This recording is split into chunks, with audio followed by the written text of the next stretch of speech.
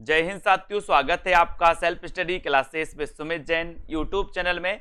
साथियों, आज का वीडियो स्टार्ट हो चुका है। सभी लोग एक बार वीडियो को लाइक कर देंगे और हमारे डाउट्स वाले दोस्तों वीडियो यहां पर चल रहे हैं, ठीक है। अगर अभी तक आपने सेल्फ स्टडी क्लासेस का ऐप डाउनलोड नहीं किया तो सेल्फ स्टडी क्लासेस का ऐप जरूर डाउनलोड करें, ठीक है। वहां पर आपके लिए हिंदी साहित्य का कोर्स लॉन्च किया गया। मास्टर कैडर, टीजीटी, पीजीटी आदि एग्जामों के लिए हिंदी साहित्य संपूर्ण, ठीक है। टिर्की कोर्स, विस्तृत अध्ययन, टॉपिक वाइज टेस्ट, सारी चीजें डाउट सॉल्यूशन वाले वीडियो भी आपको मिलेंगे। तो दोस्तों जरूर आप कोर्स में एडमिशन जरूर लें, है ना। आज का अपना डाउट्स, पहला डाउट्स है, जाति पाति पूछे नहीं कोई, हरि को भजे सो हरि को होई। ये पंक्ति दोस्तों कई बार पूछी जाती है ना। एक पंक्ति होती कि जाति ना पूछो साधु की, जाति ना पूछो साधु की, चाहे पूछ लीजिए ज्ञान, है ना। तो ये जाति ना पूछो साधु की और जाति पाति पूछे नहीं कोई, इसमें बहुत डाउट्स आता है आप लोगों को, है ना। तो ये जातु ना पूछो साधु की, ये तो दोस्तों कबीरदास की पंक्ति है। कौन सी? जाति ना पूछो साधु की। और एक जाति पाति पूछे नहीं कोई, हरि को भजे सो हरि को होई, ये पंक्ति किसकी है? ये पंक्ति है दोस्तों रामानंद की। अब यहां हरि आए, हरि, तो हरि कौन थे? बोले सर हरि को भजे सो हरि को होई, है ना। ये हरि तो कौन थे? बोले सर राम थे, राम, हरि भगवान थे, है ना। तो राम से क्या बनेगा? रामानंद।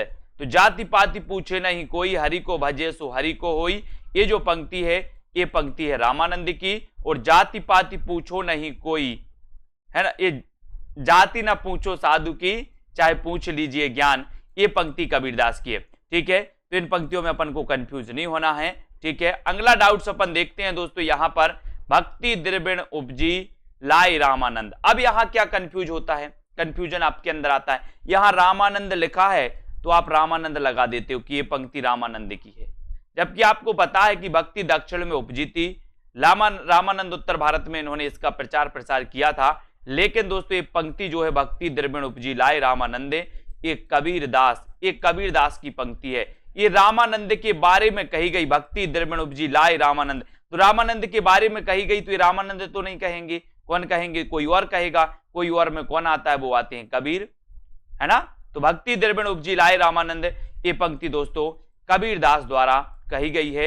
ये पंक्ति रामानंद के लिए कही गई है ना। याद रखते ना, कबीर के गुरु का नाम क्या था? रामानंद, है ना। मुस्लिम संप्रदाय के अनुसार शेख तकी इनके गुरु का नाम था, ठीक है। तो एक भी आपको याद रख लेना, है ना। तो ये भी आपका डाउट्स क्लियर होता है। नेक्स्ट है दोस्तों, नई कविता के प्रतिमान के लेखक कौन है? दोस्तों यहां एक डाउट्स है, एक तो पूछा जाता है आप तो कविता के नए प्रतिमान, है ना, कविता के नए प्रतिमान, और दूसरा पूछा जाता है नई कविता के प्रतिमान। नई कविता के प्रतिमान और कविता के नए प्रतिमान, ए कविता के नए प्रतिमान। तो इसको याद रख लेना है, नई कविता के प्रतिमान यानी कि लक्ष्मीकांत वर्मा, और कविता के नए प्रतिमान यानी कि नामवार से हैं। अब कैसे याद रखोगे इसको? आपको पता है दोस्तों, सबसे पहले यहां पर क्या आ रहा है? कविता के नए प्रतिमान। और कविता किसी का क्या है? नाम है। कविता किसी का नाम होता कि नहीं होता ना।